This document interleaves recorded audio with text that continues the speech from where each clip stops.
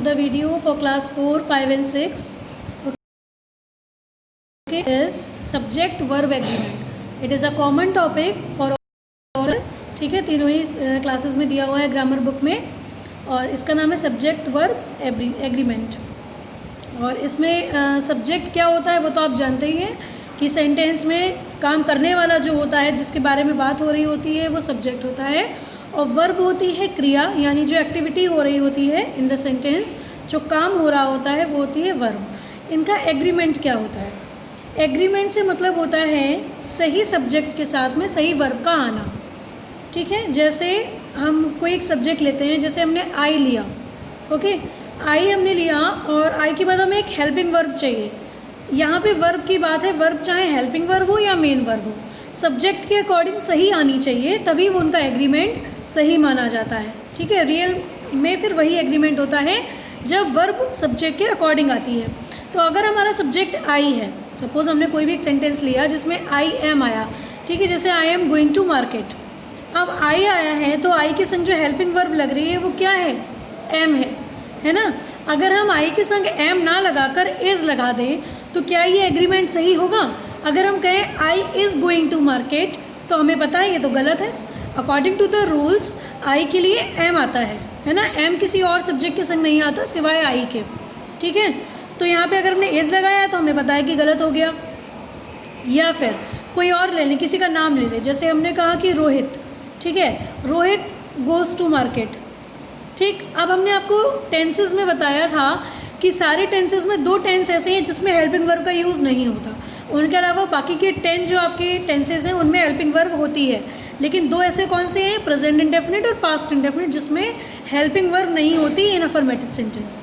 ठीक है, तो उनमें क्या होता है? प्रेजेंट इंडेफिनिट में हम वर्ब की फर्स्ट फॉर्म का यूज़ करते हैं। ठीक है, सब्जेक्ट सिंगुलर होता है तो वर्ब की फॉर्म में एस या एस लग जाता है, प्लूरल होता है तो ऐसे ही वर्ब की फॉर्म लिख दी जाती है बिना एस या एस लगाए हुए। हमने लिखा रोहित गोज़ टू स्कूल। ठीक है, तो रोहित सब्जेक्ट है हमारा, और कैसा सब्जेक्ट है? सिंगुलर है या प्लूरल है, ये पता होना बड़ा ज़रूरी है। तो रोहित हमारा सिंगुलर सब्जेक्ट है। अब जो वर्ब है हमारी गो, ठीक है, क्या हुआ हिंदी में कि रोहित मार्केट जाता है, सेंटेंस है हमारा हिंदी में। इसको जब इंग्लिश में कन्वर्ट करेंगे तो रोहित जाने। अब अगर हम लिख दें कि रोहित गो टू मार्केट, ये सेंटेंस रॉन्ग है। क्यों रॉन्ग है? क्योंकि एक तो ये प्रेजेंट इंडेफिनिट का सेंटेंस है, ठीक है, उसमें हम रोहित यानी सब्जेक्ट को जब देखेंगे दैट इज सिंगुलर, और जब वो सिंगुलर है तो हमारे लगना बहुत ज़रूरी है, उसके बिना सेंटेंस रॉन्ग हो जाएगा। हम केवल गो नहीं लिख सकते जाने की इंग्लिश, हमें उसमें एस या एस लगाना पड़ेगा, और गो के लास्ट में ओ है, ये तो आइडेंटिटी होती है जिन वर्ड्स के लास्ट में ई एस लगाते हैं, है ना। तो ये हो जाएगा रोहित गोज़ टू मार्केट। बात समझ रहे हैं? तो सही सब्जेक्ट के साथ में वर्ब का सही तरीके से आना ज़रूरी है, वरना सेंटेंस गलत हो जाता है। हम कोई प्लूरल यहाँ पे ले लें, ठीक है। अब हमें पास्ट में पता है कि पास्ट कॉन्टिन्यूअस में हेल्पिंग वर्ब होती है वॉज और वर, है ना। सिंगुलर के संग वॉज लगता है, प्लूरल के संग वर लगता है। अब अगर यहाँ पे हम दे लेते हैं, हमारा सब्जेक्ट है दे, ठीक है, वे खेल रहे थे, पास्ट कंटिन्यूअस है ना, वे खेल रहे थे। अब वे की इंग्लिश हो गई दे। अब हमें हेल्पिंग वर्ब लगानी है, यानी या तो हमें वॉज लगाना है या तो वर लगाना है। जहाँ पे हमें सोचना पड़ जाए कि दे हमारा प्लूरल सब्जेक्ट है तो वॉज आएगा या वर आएगा, वो जब हम सोचने लगते हैं that is called the real subject agreement. तो हमें पर लगा कि नहीं, यहाँ पे वर आएगा क्योंकि दे प्लूरल है, और प्लूरल सब्जेक्ट के साथ में वर आता है एज हेल्पिंग वर्ब। तो दे वर, ठीक है, वे खेल रहे थे, सो दे वर प्लेइंग, है ना। अब मेन वर्ब जो है प्ले, उसमें आईएनजी तो हर सब्जेक्ट के साथ आएगा ना, चाहे सब्जेक्ट सिंगुलर हो या प्लूरल हो, वहाँ पे मतलब ही नहीं है। लेकिन वर्ब भी सिंगुलर प्लूरल होती है, चाहे वो हेल्पिंग वर्ब हो या मेन वर्ब हो। मेन वर्ब कहाँ पे सिंगुलर प्लूरल होती है? जहाँ पे प्रेजेंट इंडेफिनिट टेंस आता है, वहाँ हेल्पिंग वर्ब तो नहीं होती, वहाँ मेन वर्ब को लगाना होता है सब्जेक्ट के अकॉर्डिंग। और जिस टेंस में हेल्पिंग वर्ब दी होती है वहाँ हेल्पिंग वर्ब आती है सब्जेक्ट के अकॉर्डिंग। बाकी मेन वर्ब सारे ही सब्जेक्ट्स के लिए सेम होती है। अगर लगेगा तो हर सब्जेक्ट के संग लगेगा, चाहे वो सिंगुलर हो या प्लूरल हो। अगर सारे सब्जेक्ट के संग आएगी, है ना, तो जिन टेंस में हेल्पिंग वर्ब वहाँ हम मेन वर्ब को टैली करते हैं सब्जेक्ट से, और बाकी सब में हम हेल्पिंग वर्ब को टैली करते हैं सब्जेक्ट से कि हेल्पिंग वर्ब वैसी ही आए जैसा सब्जेक्ट है, मतलब सिंगुलर है तो सिंगुलर आए। Now you can see a table in the picture. Table दी गई है, I am going to zoom it. तो इसमें आप देख सकते हैं कि एक साइड सब्जेक्ट लिखे हैं, फिर जो हेल्पिंग वर्ब हमारी प्रेजेंट में होती हैं वो लिखी हैं, फिर जो पास्ट में होती हैं वो लिखी हैं, और फिर जो फ्यूचर में होती हैं वो लिखी हैं। अब आपको बहुत अच्छे से बताया जा रहा है, ये सारे प्रोनाउंस हैं, ये तो आप जानते हैं, आई, वी, यू, ही, शी, ये सब हमारे प्रोनाउन होते हैं। नाउन तो हम देख सकते हैं ना, नाउन अगर दिया है सब्जेक्ट में, नाउन मतलब किसी का नाम, इंसान का, जानवर का, किसी का भी नाम दिया है तो उससे तो हम पता लगा सकते हैं कि वो पर्सन एक है या एक से ज़्यादा है, सब्जेक्ट सिंगुलर है या प्लूरल है, और प्लूरल है या नहीं वो भी पता लग जाता है। प्रोनाउंस में यहाँ से समझ में आता है कि भाई आई प्लूरल में आता है, यू भी प्लूरल में आता है, फिर आपका ही, शी, इट और दे भी प्लूरल में आता है, ही, शी, इट आपका सिंगुलर में आता है। तो उसी के अकॉर्डिंग यहाँ पे दिया है, आई के संग एम आता है प्रेजेंट में, वॉज आता है पास्ट में, और शेल और विल तो पता ही है कि शेल, जो शेल का यूज़ है वो आई और बी के साथ किया जाता है फ्यूचर के सारे ही टेंसेस में, है ना। Shall be, shall have been, ठीक है, या शेल हैव, जितने भी आगे बन जाते हैं शेल वाले सब आई वी के संग, और विल वाले सारे बाकी के प्रोनाउंस के साथ में आते हैं। तो यहाँ पे यू के संग आपका आर आता है प्रेजेंट में, पास्ट में वर हो जाता है, ही, शीट के संग इज होता है प्रेजेंट में, आर और आपका वॉज हो जाता है पास्ट में। तो यही सारे हैं। डू, डज, डू का यूज़ होता है कहाँ पे, जहाँ पे हमारे प्लूरल सब्जेक्ट होते हैं, और डज का होता है जहाँ सब्जेक्ट सिंगुलर होता है। बात समझ रहे हैं ना। नीचे सबसे लास्ट में देखेंगे प्लेस दिया है, तो प्रेजेंट इंडेफिनिट में हम एस या एस लगाते हैं, तो ही, शी, इट होगा तो प्लेस हो जाएगा, यानी सिंगुलर सब्जेक्ट होगा तो एस लग जाएगा, और आई, वी, दे, यू या एक से कई ज़्यादा लोग होंगे सब्जेक्ट में तो प्ले रहेगा, एस या एस नहीं लगेगा। पास्ट में सेकेंड फॉर्म ही रहती है सारे सब्जेक्ट के साथ, ये हमें पता है। तो कहने का सीधा सा मतलब ये है कि सब्जेक्ट के अकॉर्डिंग हमारी वर्ब का रूप जो बदलता है या नहीं भी बदलता है, एक ही जैसी वर्ब हर सब्जेक्ट के संग रहती है, तो उसका सही तरीके से आना ज़रूरी है, दैट इज़ कॉल्ड एग्रीमेंट। अब हम क्या करेंगे, नीचे कुछ पॉइंट्स दिए हैं विच आई टेक्ड, तो इनमें जब आप देखेंगे तो वही चीज़ क्लैरिफाई की गई है जो मैंने आपको अभी बता दी है कि सिंगुलर वर्ब, पहला पॉइंट है singular verbs are usually formed by adding S, E, S. Present indefinite में यही होता है सिंगुलर वर्ब। सिंगुलर वर्ब मतलब सिंगुलर वर्ब उनको क्यों बोला गया, क्योंकि सिंगुलर सब्जेक्ट के लिए यूज़ हो रही हैं वो, तो वो वर्ब भी सिंगुलर हो गई, तो एस या एस लग जाता है। सेकंड में दिया है helping verbs like am, is, was, were, ये सब क्या किस तरह यूज़ होती हैं, ये सब सिंगुलर सब्जेक्ट के संग आती हैं, है ना। एम, इज़ और आर, वर, एम, इज़ ये होती हैं आपकी सिंगुलर के लिए, वॉज होती है सिंगुलर के लिए। टेंस बदल जाते हैं पास्ट और प्रेजेंट। फिर है आपका I is usually used with the plural, I play, I do, I read. I को यूजली प्लूरल मानते हैं, ये पॉइंट में बताया गया है, तो उसको हम उसके साथ हेल्पिंग वर्ब भी प्लूरल वाली ही यूज़ करते हैं, ठीक है। फिर है आपका you is always used with the plural verb, you को भी प्लूरल में लिया जाता है। वी भी प्लूरल में आता है, we is always used with the plural verb, क्योंकि वी भी प्लूरल सब्जेक्ट है तो सब वर्ब भी हमारी प्लूरल ही आएगी, या तो वर आएगा या तो आर आएगा, ठीक है। और फ्यूचर का है तो शैल भी आएगा, shall, shall be, shall have been, ठीक है, ये आएंगे। लास्ट दिया है ही, शी, इट, ये सिंगुलर वर्ब में के संग यूज़ होते हैं क्योंकि ये सिंगुलर होते हैं। दे हमारा थर्ड पर्सन है लेकिन प्लूरल है, तो उसके साथ भी प्लूरल वर्ब ही आती है। इतना समझ में आ गया। तो सही वर्ब का सब्जेक्ट के संग यूज़ आपका सब्जेक्ट वर्ब एग्रीमेंट कहलाता है। अब हम नेक्स्ट पेज पे आएंगे जहाँ पे दिया हुआ है agreement with the verb be. देखिए, the books which I am using in the video, ये आपकी क्लास 4th की बुक है और ये आपकी क्लास 5th की बुक है, ठीक है। The suitable language which I found in the books that I take in the video. तो आप ये समझें कि कॉमन वीडियो है सबके लिए, आप पिक्चर्स देख के समझ सकते हैं। The particular book is not needed for here. दिया है agreement with the verb B. अब बी का मतलब मैंने आपको पहले भी बताया था, होना होता है। जितने भी आपकी ये हेल्पिंग वर्ब होती है ना, इज, एम, आर, वॉज, वर, जिनका सेंटेंस में है के लिए तथ्य होता है, जैसे वह जा रहा है, तो वो जो है आ रहा है ना कि कोई चीज़ हो रही है, उस है को कंप्लीट करने के लिए हमें इज चाहिए, या वे जा रहे हैं तो आर चाहिए। तो वो जो होना काम का पाया जाता है ना, उस है के लिए is, am, are, was, were use होते हैं, है ना। और वो बी की ही फॉर्म्स होते हैं, बी, ई, बी मतलब होना, और होने की ही फॉर्म्स होती हैं जितनी भी हेल्पिंग वर्ब होती हैं। तो इसको हम जूम करेंगे तो है ना, आई एम अ राइटर, आई के संग एम आएगा। फिर you are a teacher, you के संग आर आएगा। He is an architect, he के संग इज आएगा। She is a nurse, she के संग इज आएगा। वी आर एक्टर्स, वी के संग आर आएगा। दे आर स्टूडेंट्स, दे के संग आर आएगा। दे प्लूरल है इसलिए आर आएगा। So you have to know that what is the subject. Subject is singular, then your verb will be singular. Subject is plural, your verb will be plural.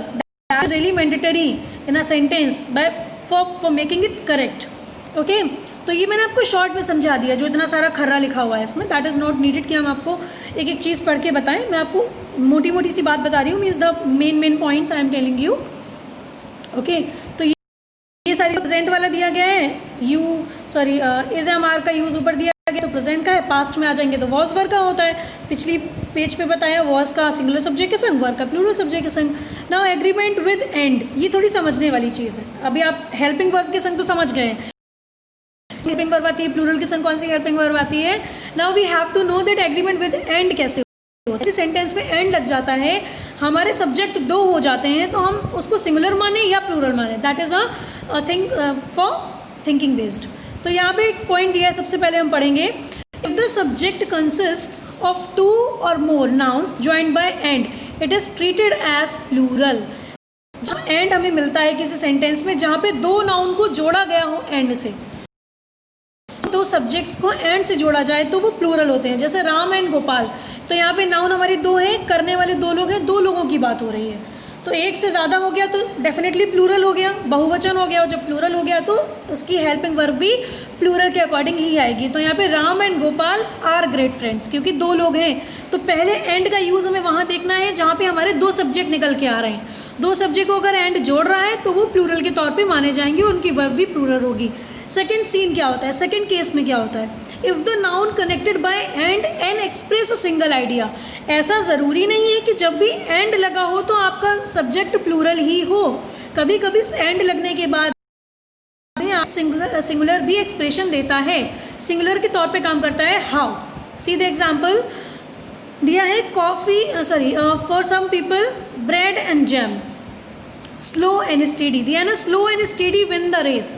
जो धीरे और लगातार चलते हैं वो रेस जीतते हैं। तो अब आप कहेंगे कि स्लो एंड स्टेडी एंड लगा है तो विंस क्यों हुआ, विन क्यों नहीं हुआ, इसको सिंगुलर क्यों रखा गया, या ब्रेड एंड जैम इस क्यों है, ब्रेड और जैम आर क्यों नहीं है एंड लगने के बाद भी। तो अब सुनिए, एंड लगने के बाद भी it is treated as singular because the things are similar, okay, they are connected to themselves. यहाँ पे आपस में कनेक्टेड है, वो एक ही बात है, ब्रेड एंड जैम एक ही तरह की चीज़ें, खाने की चीज़ें हैं।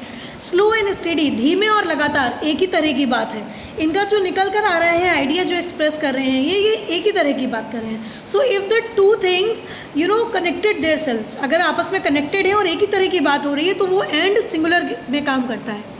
ब्रेड जैम एक ही बात है, खाने की ही चीज़ें और एक के साथ में लगा के खाई जाती हैं। कहने का मतलब ये है, अगर आपके वो दोनों सब्जेक्ट एक दूसरे से अलग नहीं हो सकते, उनका साथ साथ रहना ज़रूरी है, तो वो ऑलरेडी साथ हैं, तो वो सिंगुलर में काउंट होंगे। ब्रेड और जैम है ना, खाली जैम नहीं खा सकते और खाली ब्रेड भी नहीं खा सकते, वो साथ में ही खाए जाएंगे, तो साथ में खाए जाएंगे, it means they are singular not plural. Ram Gopal 2 अलग अलग लोग हैं, इसलिए वहाँ पे एंड प्लूरल हो गया। ठीक, तो ये कुछ ऐसी बातें, नीचे कुछ एग्जाम्पल्स और हैं हम समझेंगे, जैसे द सेक्रेटरी एंड ट्रेजरर। अब आप कहेंगे सेक्रेटरी और ट्रेजरर एक ही बात है। सेक्रेटरी मतलब हर चीज़ का जिसको पता हो, सारे सीक्रेट जिसे पता हो, सारी चीज़ें जिसे पता हो, और ट्रेजरर मतलब खजाने का, पैसे का ध्यान रखने वाला। तो ये आपस में कनेक्टेड है, एक ही बात है, चाहे आप सेक्रेटरी कह लें चाहे आप ट्रेजरर कह लें। तो ये सिंगुलर हुआ इसलिए हैज़ रिजाइंड आया, हैव नहीं आया। हैज़ सिंगुलर के लिए आता है, हैव प्लूरल के लिए आता है, दैट यू नो। फिर है the actor and singer was conferred. Actor और सिंगर दोनों ही एक ही फील्ड से जुड़े हुए लोग हैं, एक फील्ड से जुड़े हुए लोगों की जब बात आती है ना, that they will be treated as singular. Point यहाँ पे क्लियर हुआ। Now we are moving to the next point, agreement with और दिया है यहाँ पे। एग्रीमेंट विद और का मतलब जानते हैं, और का मतलब हिंदी में होता है या जैसे कि मैं या वो, आई और ही, या यू और मी, तुम या मैं। तो या जब लग गया तो किसी एक की बात हो रही है, तुम या मैं। जैसे मैंने किसी से कहा आई और you will go to the market, मैं या तुम मार्केट जाओगे, तो या तो मैं जाऊँ या तो तुम जाओ, कोई एक जाएगा ना। So we are talking about the singular. So जब हम सिंगुलर की बात कर रहे हैं तो और यहाँ पे हम हिंदी वाला और नहीं लेंगे कि और मतलब एंड, और मतलब या मतलब एक और एक मतलब सिंगुलर, और सिंगुलर मतलब सिंगुलर वर्ब। जैसे सुनीता और Diana is behind this practical joke. तो सुनीता या डायना कोई एक है, दोनों में से कोई एक है ना, तो हमारा इज आएगा, आर नहीं आएगा। ठीक, अब कुछ और भी रूल्स यहाँ पे दिए गए हैं for making the subject verb agreement. पहला दिया है when 2 subjects are joined by with और एज वेल एज, विद और एज वेल एज से जब सब्जेक्ट जोड़े जाते हैं तो कैसे सेंटेंसेस बनते हैं, ठीक है। तो पहला हम देखेंगे, इसमें दिया हुआ है Kamal with his brothers is here. अब आप कहेंगे विद हिज, कमल अपने भाइयों के साथ यहाँ पर है ना, तो भाइयों के साथ यहाँ पर है कौन, कमल। और हमें फोकस क्या करना है कि हमारे सब्जेक्ट के संग में अगर कोई चीज़ दी गई है, that is not the thing for pointing that, है ना, उसको हमें पॉइंट में लेना ही नहीं है। हमें पॉइंट में किसको लेना है, तो subject, and that is Kamal. Kamal with his brothers is here, Kamal अपने भाइयों के साथ यहाँ है। तो कौन अपने भाइयों के साथ यहाँ है, कमल। क्या सब्जेक्ट के लिए जब हमने क्वेश्चन किया कि कौन अपने भाइयों के साथ यहाँ है, तो क्या ये निकल के आया कि कमल अपने भाइयों के साथ यहाँ है, कमल निकल के आया ना, कौन है भाइयों के साथ, कमल है। सब्जेक्ट क्या है, कमल। तो सब्जेक्ट सिंगुलर है या प्लूरल है, सिंगुलर है, तो हम यहाँ पे इज लगाएंगे, है ना। फिर अगला देख सकते हैं एक बार, एज वेल एज का यूज जब हो, the teachers as well as the principal are not present. अब आप कहेंगे यहाँ प्लूरल क्यों लग गया, तो अगर यहाँ पे सेंटेंस होता, सेंटेंस नंबर 2 देखिए प्लीज, बी वाला, द टीचर्स, सेंटेंस होता द टीचर, सब कौन, प्रिंसिपल किसकी तरह प्रेजेंट नहीं है। यहाँ कहा गया है, इसका हिंदी मतलब है कि प्रिंसिपल भी टीचर्स की तरह प्रेजेंट नहीं है। तो प्रिंसिपल किसकी तरह प्रेजेंट नहीं है, तो हमारा सब्जेक्ट निकल कर आएगा द टीचर्स, ठीक। और सब्जेक्ट हमारा प्लूरल है, टीचर्स, तो हमारी जो हेल्पिंग वर्ब रहेगी वो भी प्लूरल रहेगी, the teachers as well as the principal are not present. अगर होता द टीचर, टीचर्स नहीं, teacher, the teacher as well as the principal is, तो होता इज नॉट प्रेजेंट, क्योंकि प्रिंसिपल किसकी तरह प्रेजेंट नहीं है, प्रिंसिपल भी एब्सेंट है, किसकी तरह, टीचर की तरह। तो टीचर है तो इज, टीचर्स है तो are. So we are focusing on the subject, not with the other things. Subject को कैसे ढूंढ के निकालते हैं, कभी कभी आपको लगे कि how will we find the subject in the sentence, so just cross the question, cross question कर दीजिए, उल्टा क्वेश्चन कर दीजिए कि ऐसा, इसने ऐसा किया, तो किसने कैसा किया, किसने किया, सब्जेक्ट निकल आएगा, ठीक। Point number 2, two or more singular subjects joined by either और नीदर। ईदर और नीदर का जो यूज़ है, आप इसको आइदर और नाइदर भी पढ़ सकते हैं, बोथ प्रोनाउंसिएशंस आर राइट। तो इसमें क्या होता है, या तो ये या तो ये, हिंदी में समझें, या फिर नहीं तो, ना तो ये ना तो ये। हिंदी में जो हम बोलते हैं ना कि या तो ये खा लो, मतलब कोई एक चीज़ खा लो, ठीक है, या तो ये खा लो, आइदर यू ईट ब्रेड और यू ईट बिस्किट, ठीक। हमने सेंटेंस बनाया, या तो ब्रेड खा लो या तो बिस्किट खा लो, means the sentence is saying that you will eat any one thing, या तो आपको एक ही चीज़ खानी है, एक चीज़ की बात हो रही है ना, तो आइदर और का मतलब भी सिंगुलर के लिए ही होता है, नाइदर नॉर भी, ना तुम ब्रेड खाओगे ना तुम बिस्किट खाओगे, neither you will eat bread nor the biscuit, nor the biscuit, ठीक। तो ना आप ब्रेड खाएंगे ना, मतलब आप एक भी चीज़ नहीं खाएंगे, तो बात एक चीज़ की होती है, आइदर और लगे या ना लगे, तो सिंगुलर है। तो यहाँ पे देखिए दिया, आइदर रोहित और नितिन इज टेलिंग, झूठ बोल रहा है या तो नितिन झूठ बोल रहा है, कोई एक बोल रहा है ना, so we are talking about the singular subject, इसलिए is telling a lie, are telling a lie नहीं आएगा। नीदर में भी यही हो जाएगा, neither Rajan nor his son, ना ही राजन ना ही उसका बेटा हैज़ कम, आए हैं, तो हैज़ लगेगा, हैव नहीं, ठीक। कहाँ पे सब्जेक्ट सिंगुलर की तरफ दिखता है वो देखिए, थर्ड दिया है और नॉर लगा हो, ठीक। Are of the different persons the verb agrees the number and person with the subject placed near.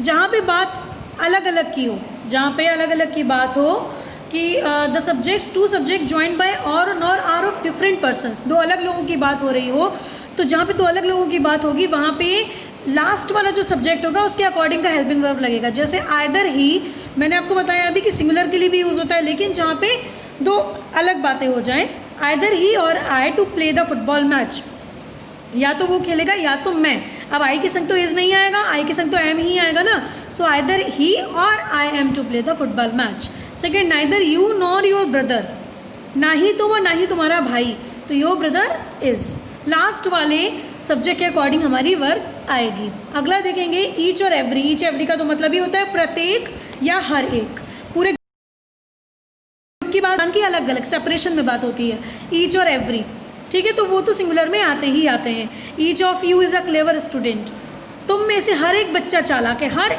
एक बच्चा, हो सब चालाक लेकिन हर एक, सबके लिए बोला गया, एक एक करके बोला गया, तो ईच और एवरी भी सिंगुलर में आते हैं तो एज आएगा। Every boy every girl was happy, हर लड़का हर लड़की, यानी एक एक लड़का एक एक लड़की, हर एक लड़का हर एक लड़की खुश है, तो एक की बात हुई, सिंगुलर है, वॉज आया, ठीक।